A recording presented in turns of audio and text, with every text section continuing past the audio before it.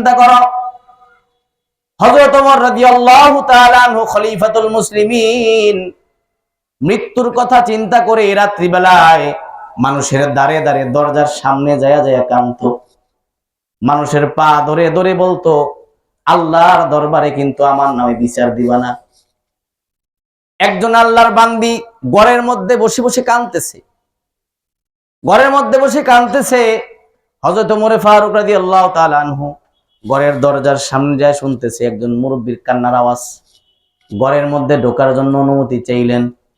অনুমতি চাইয়া যখন ঘরের মধ্যে ঢুকলেন, তখন ওমর রাদিয়াল্লাহু তাআলা জিজ্ঞাসা করলেন, আম্মা কাঁদেন কেন, কি হয়েছে?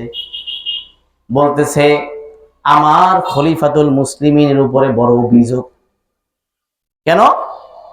বলতেছে, আমি আজকে 3 দিন ধরে না খাওয়া। কয়দিন ধরে? 3 দিন ধরে আমি না খেয়ে রয়েছি। আমার স্বামী নাই, সন্তান নাই, মারা গেছে। 3 দিন ধরে আমি অনাহার, কিন্তু খলিফাতুল মুসলিমিন আমার কোনো খোঁজ খবর নিল না। কি বলেন? খলিফাতুল মুসলিমিন 3 দিন ধরে এক মুরব্বী অনাহার, তার খোঁজ খবর নিল না।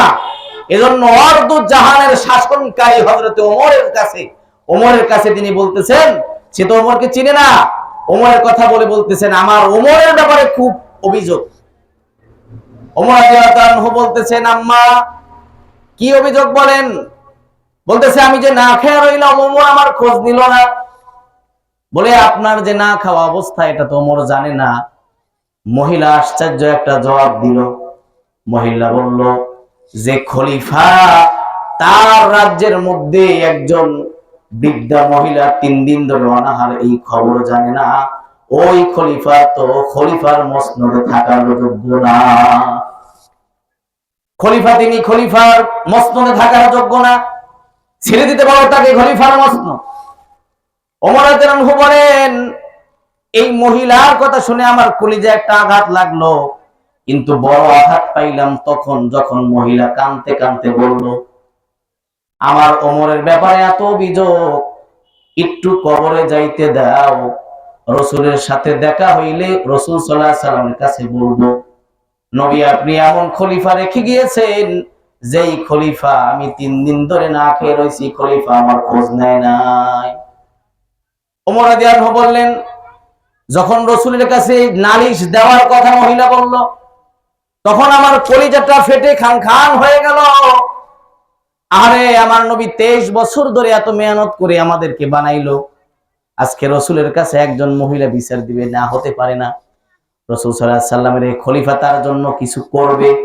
ওমর রাদিয়াল্লাহু তাআলা আনহু বাইতুল মালে গিয়ে তিনি আটা কান্দে নিয়ে চলে আসলো। তার গোলাম বলল, আমিরুল মুমিনিন আমার কাছে আটার বস্তা দেন, আমি টানি। বলতেছে, তুমি কি আমার হাসরের ময়দানের বোঝা টানবা? তাহলে আজকে তুমি আমার এই আটার বস্তা টানো। গোলাম বলতেছে, না, এটা তো সম্ভব না। ওমর রাদিয়াল্লাহু তাআলা আনহু বলতেছেন, তাইলে আমাকেই টানতে দাও। ওমর রাদিয়াল্লাহু তাআলা আনহু আটার বস্তা কাঁধে নিয়া মহিলার দরজার সামনে গেলেন। মহিলাকে বললেন, মা, এই যে আপনার আটা দিয়ে গেলাম, আপনার 25 দিরহাম যে আপনি ঋণ হয়েছেন, ঋণও দিয়ে গেলাম, কিন্তু আপনার কাছে আমার একটা আবদার, আল্লাহর নবী যে খলিফা বানায়া গেল, এই খলিফার ব্যাপারে আপনি কিন্তু কবরে যায় রাসূলের কাছে বিচার দিবেন না, কারণ ওমর কিন্তু অনেক দুর্বল। রাসূল সাল্লাল্লাহু আলাইহি সাল্লামের সামনে ওমর কিন্তু দাঁড়ানোর শক্তি নাই। এজন্য রাসূল সাল্লাল্লাহু আলাইহি সাল্লামের কাছে গিয়ে কিন্তু আপনি বিচার দিবেন না। মহিলাটা বলতেছে, না, আমি বিচার দিবই। ওমর রাদিয়াল্লাহু তাআলা আনহু মহিলার সামনে হাত জোর করে যখন মাপ চাইলেন, মহিলা তো এখনো বুঝতে পারে না এটাই খলিফা, মহিলা চিনে না। ওমর রাদিয়াল্লাহু তাআলা আনহু যখন এত অনুনয় বিনয় করলেন, মহিলা বলল, যাও, আমি তোমার জন্য ওমরকে মাফ করে দিলাম, তোমার জন্য মাফ করে দিলাম। ওমর রাদিয়াল্লাহু আনহু বলতেছেন, ঠিক আছে, তাইলে আপনি এটা লিখিত দিয়ে দেন, আপনি একটা খাতায় লিখে আমারে দিয়ে দেন। মহিলা বলতেছে, আমি তো লিখতে পারি না, তুমি লিখো, আমি সিগনেচার দিয়ে দেব।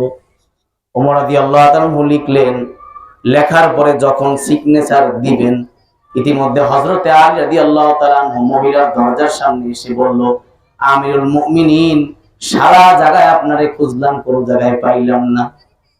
মহিলা দাঁড় হয়ে গেল। দাঁড়ায় বলল, আল্লাহ, আপনি খলিফা ওমর, আপনি এতক্ষণ পর্যন্ত আপনার সামনে আপনারই দোষ গাইলাম।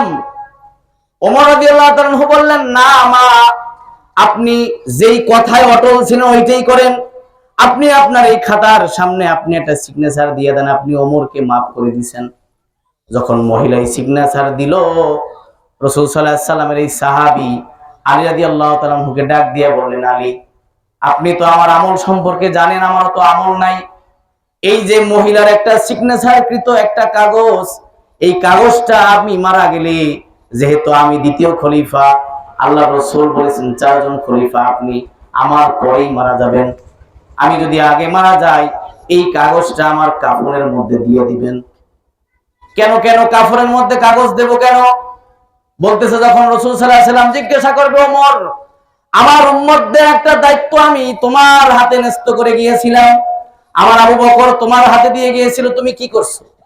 তখন যেন আল্লাহ রসুলকে এই কাগজটা বের করে আমি দেখাইতে পারি, রসুল দেখেন, আপনার রেখে যাওয়ার দায়িত্ব আমি এমন ভাবে পালন করেছি, একজন বৃদ্ধা মহিলা যার অভিযোগ ছিল আমার প্রতি, ওই অভিযোগের নিরসন করেও আমি নিয়ে আসছি।